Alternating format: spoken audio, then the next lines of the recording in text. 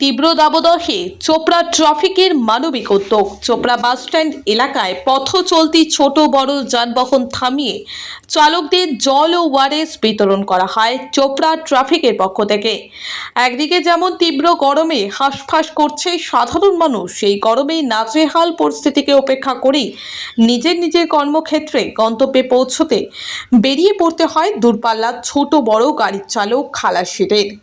আরেকদিকে দৈনিকের মতো নিজেদের কর্মক্ষেত্রে যোগ দিতে বেরিয়েছেন সাধারণ মানুষও।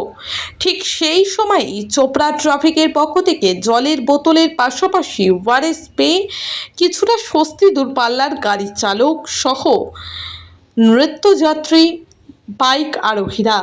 চোপড়া ট্রাফিকের এই মানবিক উদ্যোগকে সাধুবাদ জানিয়েছেন অনেকেই।